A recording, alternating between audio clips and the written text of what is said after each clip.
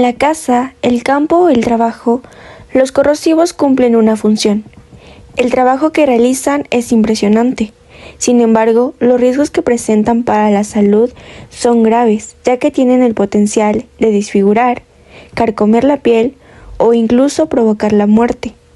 Por ello, deben manejarse y utilizarse apropiadamente. En el episodio de hoy aprenderá cómo reconocer, utilizar y manejar de forma segura los materiales corrosivos, así como algunas de sus características, dónde se encuentran y cómo responder en caso de accidentes que involucren este tipo de materiales.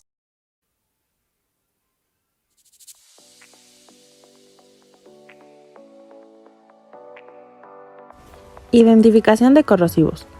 Los corrosivos son materiales que pueden destruir los tejidos vivos a través de reacciones químicas. El tipo más común de daño es la quemadura o disolución de la piel. Podemos encontrar los corrosivos en destapacaños, productos de limpieza, fertilizantes, fármacos y procesos de refinación. Debido a que los corrosivos pueden tomar muchas formas, puede resultar difícil identificarlas con rapidez.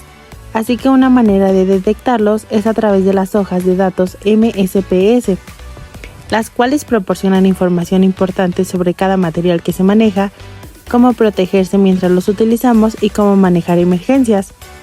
Otra manera de identificar los corrosivos es mediante las etiquetas, la cual contiene el nombre del material, advertencia e información en contactos.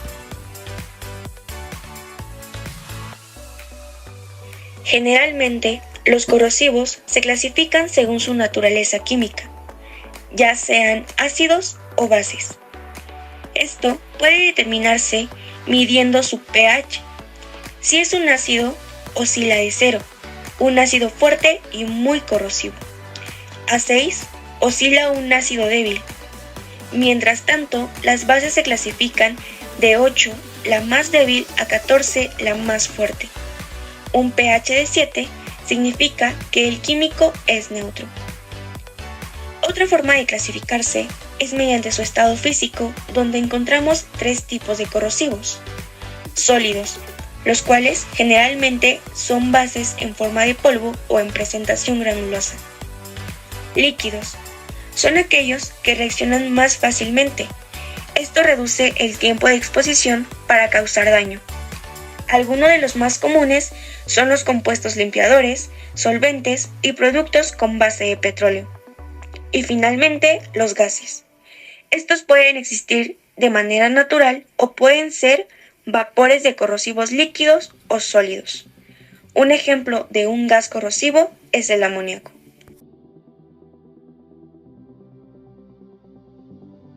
Cada tipo de corrosivo genera distintos riesgos. En cuanto a los sólidos, causa daños en la piel cuando se disuelve en agua, causando así daños a los ojos, pulmones, nariz y otras membranas. Un riesgo especial de este es la reacción retardada, donde no se cuenta con el contacto de la piel hasta que se vuelve doloroso, indicando que el daño ya es irreversible. Si se inhala, puede causar daño a la boca, nariz y pulmones, las cuales pueden influir en sarpullidos, úlceras, quemaduras y así afectando la respiración y causando daño permanente a los órganos internos. Mientras tanto, los líquidos son aquellos que reaccionan con la piel al quemar los tejidos. Algunos de ellos no causa dolor inmediato. De hecho, no puedes sentir nada por 24 horas hasta que el líquido quemó la piel y los tejidos. Un ejemplo de este es el ácido fluorhídrico. Por último, los gases representan una seria amenaza para sus ojos y vías respiratorias. Son muy peligrosos porque afectan las partes más sensibles del cuerpo, como lo es el sistema respiratorio. Un ejemplo de este es el bromo de hidrógeno, que irrita de manera extrema ojos, piel y membranas, indicando así quemaduras graves. Si en su centro de trabajo maneja sólidos corrosivos con regularidad, debe establecer medidas de control de polvo. La más común es la ventilación, que consiste en cambiar la atmósfera completa. Generalmente, se utiliza donde se genera polvo corrosivo. Retire este de un espacio más pequeño antes de que contamine todo el aire. También se necesita usar un equipo de protección personal. Este equipo abarca desde guantes hasta respiradores y cubiertas completas para el cuerpo. Cuando se trabaje con grandes cantidades de corrosivos líquidos, use delantal de protección y botas de goma. Cuando quite el EPP, tenga cuidado de no tener contacto con el material corrosivo que pudiera haber en este. En general, las buenas prácticas de trabajo incluyen el uso adecuado de protección personal. Asegúrese que todo el equipo de protección personal sea del tipo correcto para el material con el que está trabajando. Inspecciónelo antes y después de su uso para buscar señales de desgaste. No intente repararlo y mejor reemplácelo de inmediato. Almacenaje y transporte de material corrosivo. El uso y manejo adecuado de corrosivos pueden ayudar a salvar su vida. En este caso, nosotros como logísticos debemos de saber que los materiales corrosivos, sobre todo los gaseosos, deben tratarse como material explosivo. Para ello se deben de manejar con cuidado los tanques de gas y apilarlos en cajas especialmente construidas para evitar que caigan los contenedores de pie. Deben encadenarse en su posición. Todos estos materiales químicos deben almacenarse en recipientes protegidos contra corrosión. Estos pueden ser de acero inoxidable o titanio. El tipo de envases dependerá de la concentración de la sustancia. En cuanto al transporte, deben emplearse ascensores de carga. Estos pueden movilizarse en vehículos rígidos o articulados. Procedimiento de emergencias. En toda emergencia que implique corrosivos, su primer trabajo es minimizar el daño. Asegúrese que el lugar del trabajo cuente con duchas y estaciones de lavado de ojos. En caso de exposición, llame al médico y lea toda la información del material. En caso de tener contacto con la piel, dúchese por lo menos 15 minutos. Actúe de forma rápida, ya que unos minutos puede hacer una notable diferencia.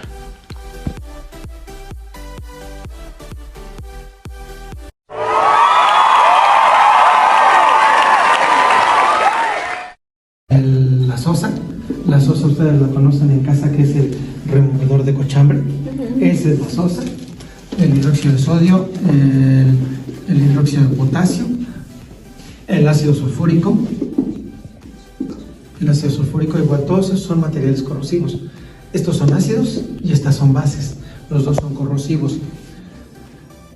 ¿Cómo se identifican a nivel mundial de acuerdo a las Naciones Unidas? Básicamente es una manita con un tubo de ensayo que está goteando y está carcomiendo una parte de la mano, ¿no? Eso indica que es corrosivo, es decir, que carcome la piel. Cualquiera de estos, si les cae y está concentrado, les va a comer la piel, básicamente. ¿Para qué se usan los materiales corrosivos? Los materiales corrosivos los utilizamos para muchas reacciones. Son materiales peligrosos de inicio, sin embargo, los ocupamos en reacciones. Por ejemplo, si yo mezclo estos dos, fíjense, mezclo ácido clorhídrico más, que es el sarricida, más el removedor de cochambre, lo que vamos a obtener, sal, con la que se preparan los alimentos, más agua.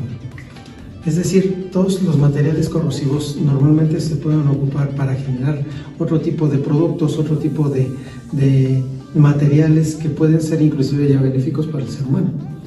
Estos nos pueden matar, pero este lo ocupamos para la comida y el otro pues es la vida, ¿no? El agua. ¿Cuál era la otra pregunta? Pues, ¿qué es un material corrosivo de acuerdo a su experiencia? ¿Qué es un material corrosivo? Bueno, un material corrosivo es aquel que tiene químicamente, tiene moléculas de oxígeno y hidrógeno juntas, con algo, esto le llamamos un no metal. Bueno, más bien es un metal, el sodio lo podemos encontrar metálico, el potasio igual, y eso es para las bases. Para los ácidos tienen esto, la H, que es hidrógeno. Tienen la H, que es hidrógeno. Esos son normalmente ácidos. El limón es un ácido de tipo orgánico, ese es un punto y aparte, es un ácido débil. Pero bueno, básicamente muchos de los materiales que tienen Dentro de la tabla periódica, si ustedes la conocen, la familia 1, la familia 2, con 1H van a ser puros ácidos. Y aquellos materiales que tengan hidrógeno, normalmente con otro elemento acompañado con la familia 8 de la tabla periódica o el oxígeno, en este caso el azufre, nos van a dar ácidos. Entonces prácticamente esos elementos son los que hacen el material corrosivo. Sí, son la unión de ellos lo que lo hace corrosivo. Sí. Este rombo es emanado de las Naciones Unidas. Es emanado de las Naciones Unidas y va a tener una característica. Aquí va a tener un rectángulo y acá va a haber un número. Es el número de las Naciones Unidas que es específico para cada uno de ellos. Si ustedes ponen en internet el número UN o UN del ácido clorhídrico, les va a arrojar el dato. ¿Sale? Ok. Ajá. Y pues, ¿cuál sería el uso adecuado de estos materiales? Normalmente se deben de, o más que uso, a lo mejor el manejo, se deben de manejar sobre todo con materiales plásticos, por ejemplo el polietileno o el polipropileno. Vidrio en algunos casos, como lo hacemos en el laboratorio, es donde podemos manejar estos. Sí podemos manejar en el caso del hidróxido de sodio y el de potasio, fierro, pero va a haber ataque corrosivo. Sin embargo, se puede manejar con ese elemento. ¿Cuál es el equipo de protección personal o cuáles son las condiciones de seguridad para esto? Normalmente son gafas, guantes, bata protectora o traje antiácido, botas de seguridad, los lentes de seguridad y casco. Así es como se deben de manejar estos materiales. De lo contrario, es muy peligroso el que tengan contacto con ellos. Ok, muy bien. Y pues, ¿nos podría hablar sobre su transporte? ¿Cómo transportar? ¿Cómo se transportan? Normalmente todos estos materiales se transportan le llamamos pipas, en contenedores.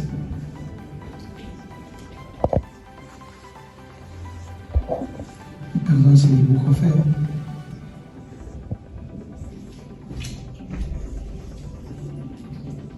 Dibujo feo, pero bueno. En contenedores en pipas, normalmente de 20 a 40 toneladas. ¿Cuáles son las características? En la parte externa puede ser fierro, pero en la parte interna es acero inoxidable. Acero inoxidable precisamente porque estos no afectan al acero inoxidable. Otra de las características es que las pipas llevan algo que le llamamos nosotros bafles o mamparas de choque, precisamente para que el material logre ir chocando con esa mampara y en el momento en que frena no se lleve a toda la unidad. Esa es una manera, que sea con acero inoxidable. En otros casos llevan el material de fierro y adentro llevan un recubrimiento plástico. Llevan un recubrimiento plástico que no permite la corrosión de estos materiales o el ataque a la pipa. Así es como normalmente se deben de transportar. Ok. ¿Y qué podríamos hacer en caso de que tuviéramos un accidente con estos corrosivos? En caso de tener contacto con ellos, para eso están. Si ustedes colocan en el internet HCL, por ejemplo, MSDS, lo que les va a arrojar es la hoja de datos de seguridad. Y en la hoja de datos de seguridad, en uno de los puntos es qué hacer en caso de contacto, en caso de ingestión, en caso de inhalación. Para cualquiera de estos materiales, por ejemplo, en caso de inhalación en ácido sulfúrico y en ácido clorhídrico, hay que retirar a la persona a un lugar fresco y retirarle la ropa que haya tenido contacto con él. En caso de contacto, grandes chorros de agua, bañarlo básicamente y retirar la ropa. En caso de contacto, sobre todo con los ojos, hay que lavar a chorro directo con agua durante 10 a 15 minutos y trasladar al médico. En cualquiera de los casos, es las primeras acciones de primer contacto y después llevar al médico inmediatamente.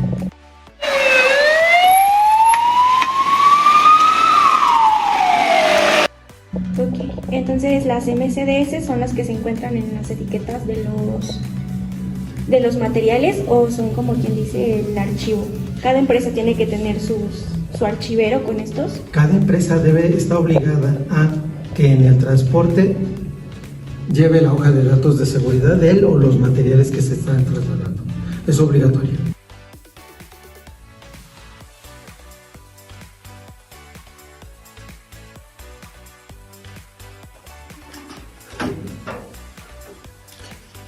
Hidroxilamina. ¿Esto es peligroso? Sí. Mucho, ¿no? Sí. Mucho. Entonces, dependiendo de la cantidad de pictogramas o de rollos que tengan los materiales, es el nivel de riesgo. Claro, ahorita todavía estamos en la transición, estamos conviviendo con otro sistema de identificación, que es que esa era la norma anterior, el rombo. Esa era la norma anterior. Todavía algunos materiales y en algunas empresas está esta identificación, todavía. Ya está quedando atrás, sin embargo todavía lo toman en cuenta. Miren, algo que ustedes utilizan mucho, señoritas, para sus uñas, ¿no?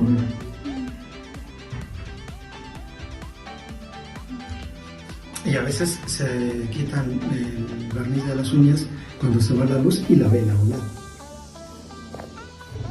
Es flamable, hay que tener mucho cuidado, es flamable. Viene de un producto, por ejemplo, ustedes conocen el gas de su casa, el gas que nos surten en el tanque estacionario, ese es metano. Cuando juntamos muchas moléculas de metano, formamos lo que le llamamos un polímero, un monómero, que lo polimerizamos y generamos la tela. Esto es plástico, todo lo que tienen ustedes es plástico. Lo del celular, zapatos, todo es plástico. Entonces, a través de polímero. Polimerizamos, generamos pequeños filamentos de plástico, los filamentos se tejen y sale la ropa. Esos filamentos se tejen y salen los tenis. Generamos pequeños cilindros y de esos cilindros, por ejemplo, fabricamos los lentes. Todo es plástico, la mayoría de lo que tenemos es plástico. Entonces, si ese plástico viene de muchos de estos materiales, utilizamos esto para la parte de materiales. Les decía yo, hacemos aquí, una de las prácticas es fabricar el trinitrotolueno. Utilizamos tolueno y utilizamos ácido nítrico. Juntamos estos dos, los hacemos que reaccionen y formamos un explosivo. ¿Cómo lo hacemos? Colocamos el tolueno a 60 grados y estamos goteando poco a poco el ácido nítrico.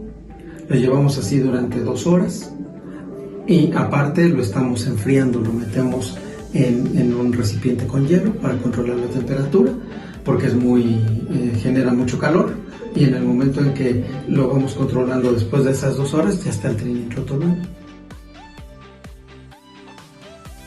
Listo. Cuando hablamos de productos químicos, por ejemplo, es un líquido, es un sólido. Y bueno, lo que vamos a hacer ahorita es hacer 2 diluciones. Vamos a mezclar agua con cada uno de ellos. Van a sentir ustedes, de hecho lo van a hacer, yo los voy ayudando, van a sentir cuánto calor se libera.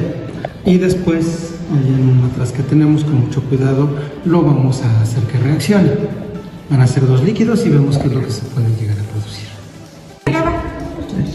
Va a tomarlo y lo vamos a agregar acá un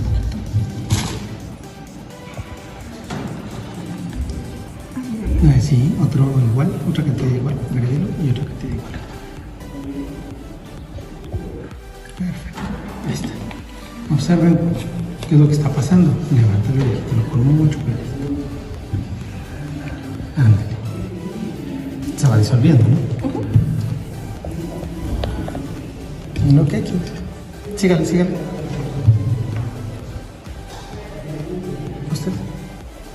Sí.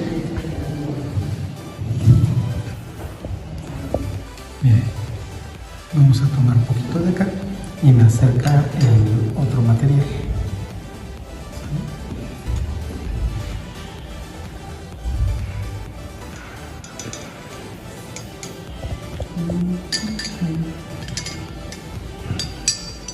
ustedes se dan cuenta, a lo mejor ya les está picando la nariz, ¿no? Ya me dio hambre. Ya les dio hambre, ok.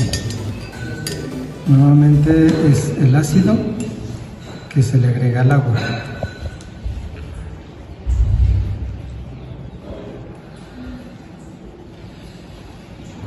Esto normalmente lo metemos en otro recipiente para que se disuelva. Ya quedó disuelto.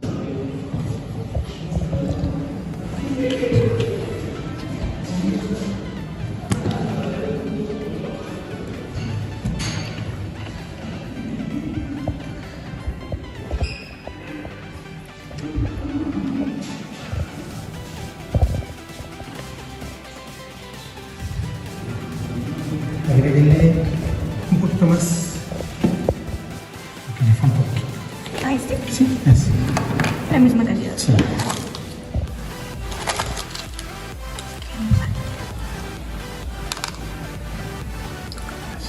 Otros 3 para que lo disuelva y ya hacemos la reacción. Eso, muy bien. Sí, por favor. Este ya lo ponemos acá. Ajá.